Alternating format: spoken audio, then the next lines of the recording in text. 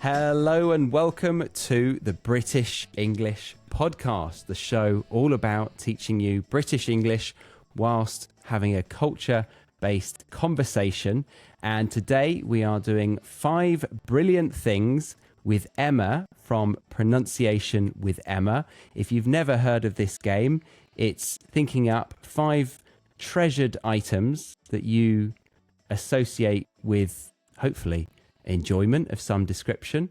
And we're going to go through those and see why they are dear to the speaker. So without further ado, hello, Emma. Hello, Charlie. How are you? I'm good, thank you. Are you doing well? I am. I'm now slightly worried that I may have misinterpreted today's brief. Excellent. Objects. Some of mine are concepts. No, this is nice. This is really nice because I did things. I did very sort of materialistic things when I started this. And then I heard that you could do people, not do people. You can have people, you can have theories, you can have anything. So that's it's pretty open to interpretation. So yes, you're doing well. Where are you in the world right now? Yeah, good question. Right now, I'm in Barcelona, in Spain. I moved here about 3 years ago, and I love it here. Not so much in the summer. It's a bit crazy, is the summer here. Too hot to handle? Way too hot, especially for a Brit. Like, I'm from Yorkshire. Anything over 15 degrees is like, it's too hot for me. It really is. I start like sweating. I mean, I was sweating before we hit record, and you know, it's like literally April. So but besides the hot summers, everything else is perfect here so far. Good. Everything is tickety-boo. Have you ever said that phrase, tickety-boo? Absolutely never in my life. But it is something that I hear from time to time. Yeah. Tickety-boo. Yeah. Before we go on to the 5 brilliant things, how's your YouTube world going? How's your pronunciation teaching going? Yeah. You know what's really crazy? I was checking my YouTube channel the other day and I'd reached 900,000 subscribers. Wow. Nearly at that 1 mil. I know. Whoa. Stop. It's insane. I swear I started my channel like last year. It's been going for like 7-8 years now. Yeah. But yeah, I still feel like I'm still learning YouTube, you know, because things are always changing. Yeah, that's true. Yeah. But talking about the actual content of what you do, obviously it's in the name. But I mean, I've done a pronunciation course on the IPA and trying to figure out all 44 sounds. Where do you really enjoy teaching in pronunciation? Are there specific pockets that you like to nerd out on? Yeah. Well, nerd out on. I wouldn't say I get like super excited about these concepts, but there are definitely things that I've taught what feels like 1,000,000 times. So it feels quite repetitive sometimes for me. Of course, for the student, it's like, wow, this is brand new. Yeah. But something that I really do love teaching is things like connected speech, because connected speech sounds like a very simple topic. But then when you get into it, it's like this light bulb goes off in students' heads. Like you can almost see it in their eyes. Like, whoa, like this is incredible. Because it connects so well to understanding and listening. Like pronunciation and listening, they're like sisters. They go together really well. Like reading and writing, they go together really well. Yeah. So a lot of students, they'll say something like, oh, I don't understand native speakers. I don't understand when I watch Netflix, but I understand you, Emma. And it's normally because as teachers, we're adapting our speech, we're simplifying things, and we're not always using certain features of connected speech, which might appear in more natural conversations. Let's say, like, if me and you were in a pub, like, the way we speak would be very different to now. Yeah. So when I teach students about certain elements of connected speech, they're like, oh my goodness, like that makes so much sense now that people say, did you instead of did you? Nice to meet you. They're like, chew? Well, yeah, meet you. It connects together. Little things like that. Yeah. Starts to sound like we're Pokemon catchers. Meet you. But yes, I totally agree. I actually really like teaching that when it's like you can see the sentence and you're breaking it down and you're going through the rhythm of it. It's nice. I like it. Yeah. Yeah. Cool. So guys, if you haven't, Pronunciation with Emma on YouTube, Instagram, TikTok, any others? I'm on TikTok, but I don't post much on TikTok anymore. Okay. I feel too old. Okay. And of course, the podcast. Yes, I rebranded the podcast. Yeah. Okay. And what is that? Yeah, so the podcast is just called Pronunciation with Emma. Okay.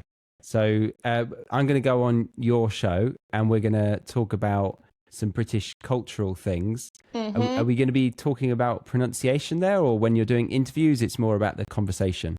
No, so what I do is a bit of a mix. So every single Wednesday, there's a new pronunciation episode where I either teach a concept of pronunciation, like connected speech or maybe a sound. But then the final episode of the month is just a really chill interview. Okay, nice. Nice mix. Yeah, cool. Yeah. Okay, well, let's get into your 5 brilliant things. Where would you like to start? What's the first one that you'd like to talk about? Okay, the first thing I want to talk about is kind of like, it's like a moment, okay? Okay. So it's when it's golden hour. Ooh. Okay. Yeah. So it's golden hour, but you're in the woods. Okay. And you know that there's that moment that you look up and you see the sun beaming through the trees and it just hits all the little leaves. Oh, That's my number one. I love that in so many ways, because no one else will think of that. Absolutely no one. Because it's incredibly mindful and grateful. At the core of it, you're just grateful of just how beautiful the world is. Nature at its best. And because it's so far from a materialistic thing. That's so good. Yeah. It's like it's photons, I guess. So, okay, I've guessed why, but can you tell me why you like it so much? I just think, I mean, the basic side of me just wants to say, oh, it's really pretty. Which it is. It's lovely. It is. But the part of me that's non-basic can describe it a little bit more. It just brings this feeling of warmth, like everything is all right. It doesn't matter, Emma, that you accidentally sent an email to like 20,000 people with a typo in the subject line. Like, it doesn't matter. Or there was a YouTube video you uploaded, but, you accidentally said something really weird, or there was a typo. You just look and you're like, it doesn't matter. Yeah. So, yeah. So it grounds you. That's a really good way. That's a simple way of putting it. Yep. Yeah. it just puts everything into perspective. Yes. Nothing really matters. That Yeah. sounds really dark. But it's like... I think it's a beautiful way to look at life. Yeah. It's Nothing just... really matters, because life is just so much bigger than anything that we can do on an individual level.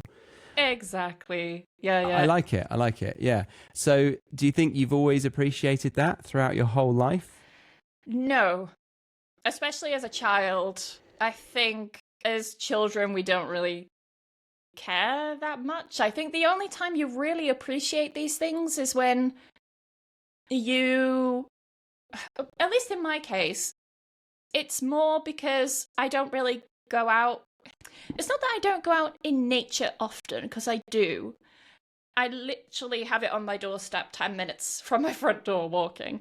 Lovely. But it's because I'm inside on my computer and I'm talking to people literally right now, like through a screen, and dealing with emails or spreadsheets. Like, my life is very Technology based. Yeah, it's very Yeah. technology heavy. So to go outside and just like touch a tree and smell like when it's been raining. I don't know if you can smell that, like when it's been raining and you have like that kind of wet grassy smell. Is that the thing where they realised that some people can smell it and some can't? I think it is, yeah. Yeah, That's why yeah. I asked if Yeah. you could smell it. Because like my boyfriend's like, nah, what are you talking about? Or you can smell before rain comes. Like I can Oh, smell before it's gonna start raining.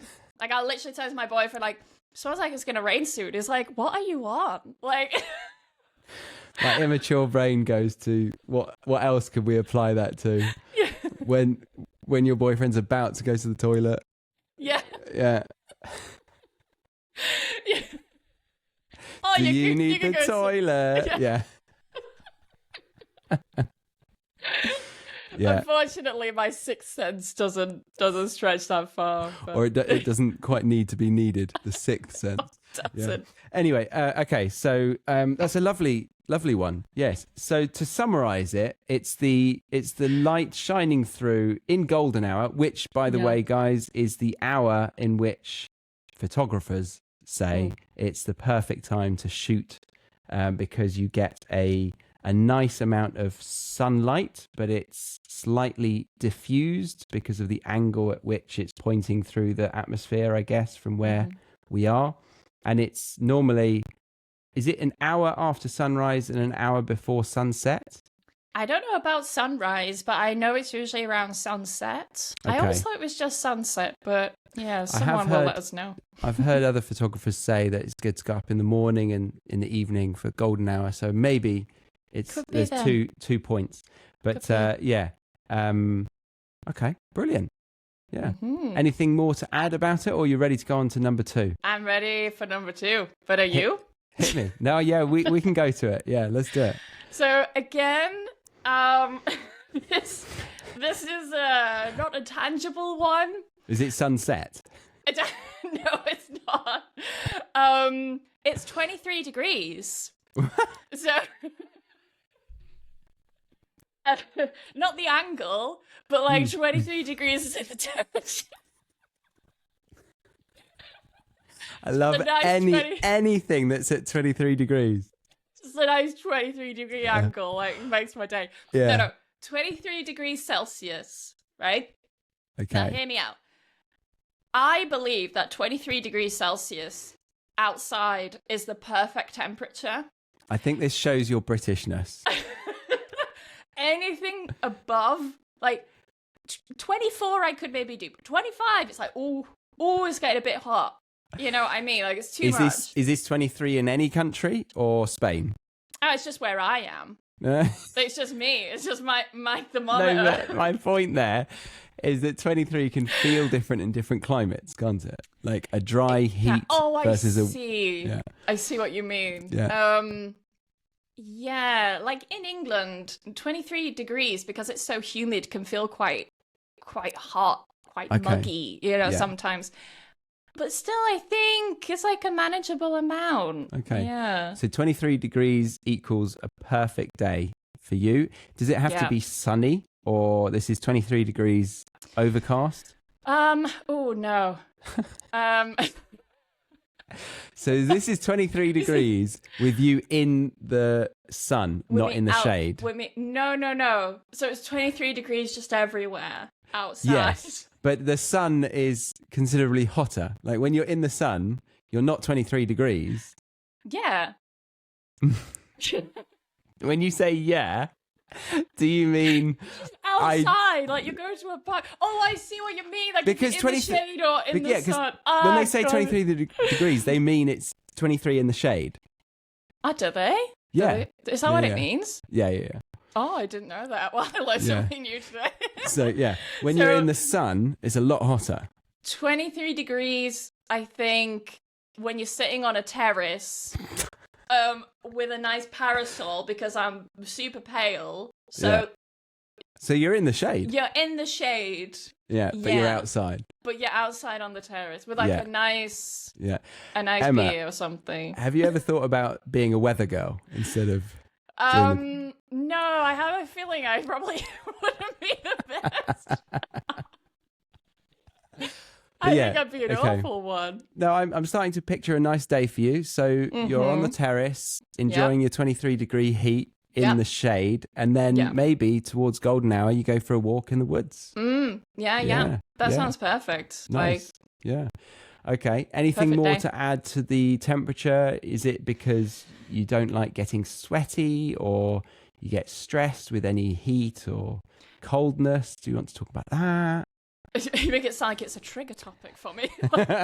Are you comfortable talking about cold weather? I definitely feel like since I moved to Spain, I'm less, what's the word, like tolerant of the cold. Okay. But I still haven't built up my tolerance for heat. So for me, 25 degrees is like maximum, like can't deal with it. Yet when I go back to England and it's like, I don't know, 12 degrees, I'm like, I need a jacket. I'm absolutely freezing. So I don't know why I'm not getting used to the heat. Yeah. So much as the cold. Moving abroad has made you incredibly sensitive to the cold. Well, I mean, you can't go above 25 and you can't go below 12. Yeah. So you're quite weak, really. I am. Yeah. Like I really am. Yeah. Okay. Good. Yeah. When you put it like that. Yes. No, this show is all about coming in and roasting me and leaving with no confidence. Yeah. I'm just gonna go out in nature this afternoon. I mean, it's an overcast day. I won't even get that nice golden hour. I'm just gonna be miserable now, having this complex. Yeah. Okay. I'm weak. Let's bring on the third one. Okay. Right. Again, a very specific one, but I think you're gonna like this one.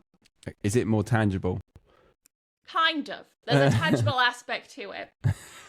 I want you to imagine that you go to a cafe, right? And you're like, I've only got like 10% battery. Let me charge my phone. Okay. You're looking for a charger.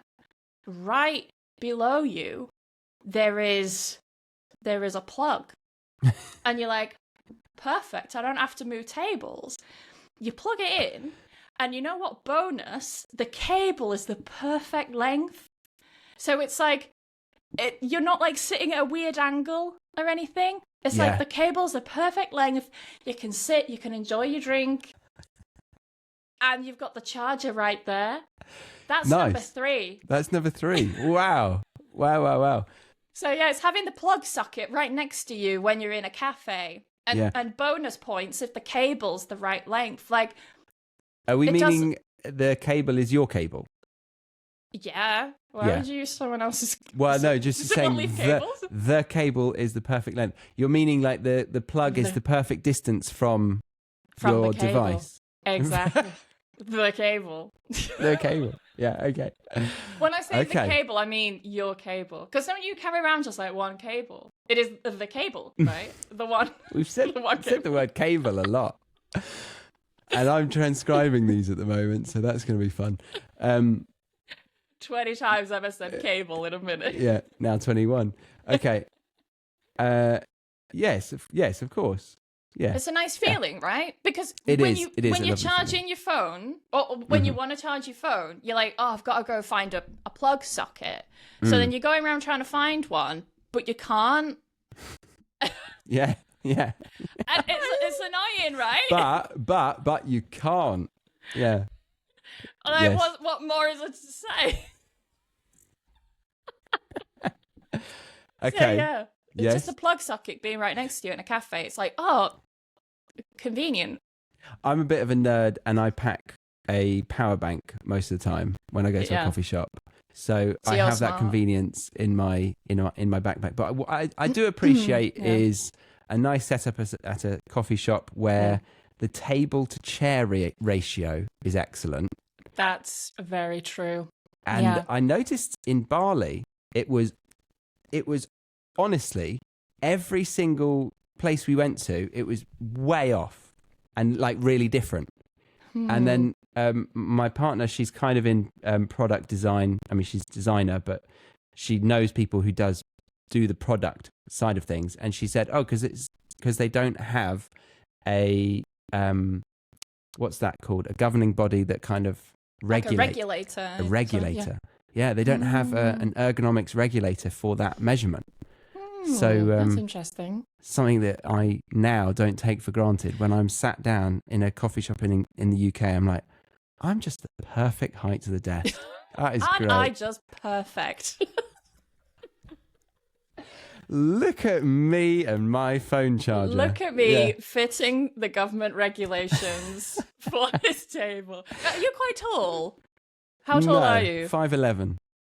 Ah, still quite tall. I mean, I'm 5'8", so yeah, you're a bit taller than me. That's quite tall for a lady. For a lady, thank you. If I can acknowledge your ladiness. Because I do find that sometimes, like, it's a bit of a squeeze because I'm quite tall.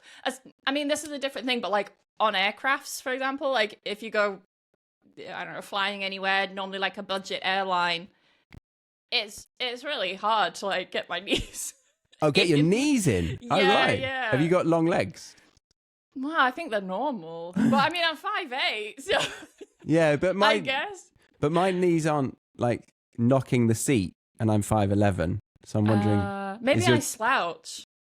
Oh, you skid down. Maybe yeah, I like scooch down a little bit, like, oh, let me just get comfy, and then yeah. Why are my legs not fitting in? Yeah. Yeah. So to go back a second, 5'11" for everyone, 180 centimeters. 5'8" is 172 centimeters. Okay. Mm-hmm. Cool. Fun fact. Yeah. Well, they just probably are like, what is 5'11"? Yeah. Okay, so you like the charger. I like that. Yeah, no, it's got to be the charger. The length. Like when you need a charger in a cafe, it's the plug socket. It's the convenience of the plug socket. You're like, where can I charge my phone? Oh, it's right here. And you're like, perfect. Yes, it's a like, bit like moment. finding a fiver in your pocket. Yes. That kind of, look at that. Yeah, that's lovely. Yeah. I had a question.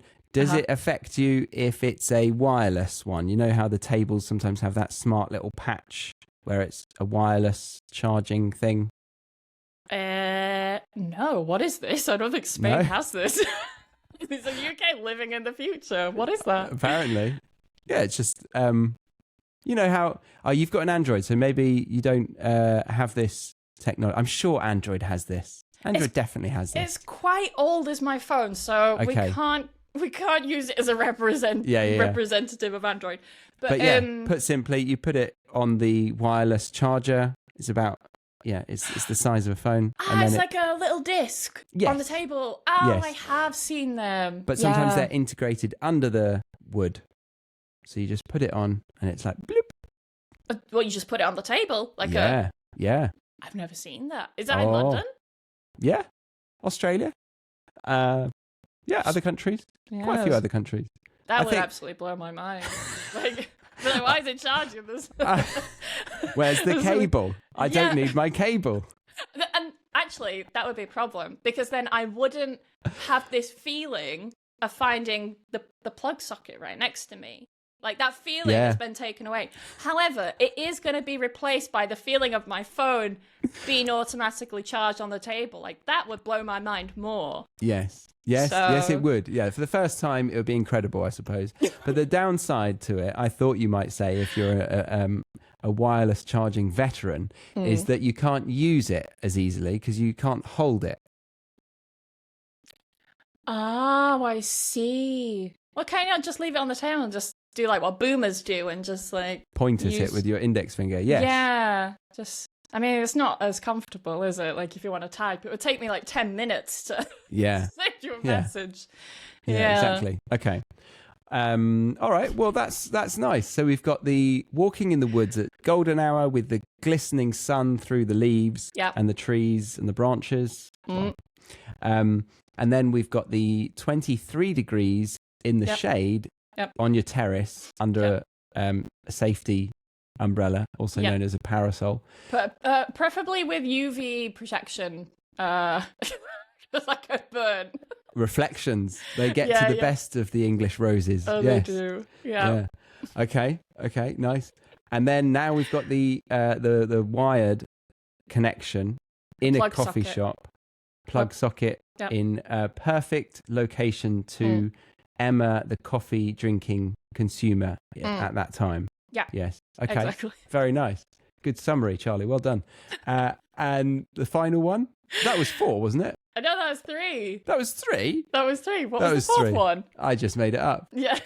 You're like, I just want this episode to be done. And that's all we've got time for.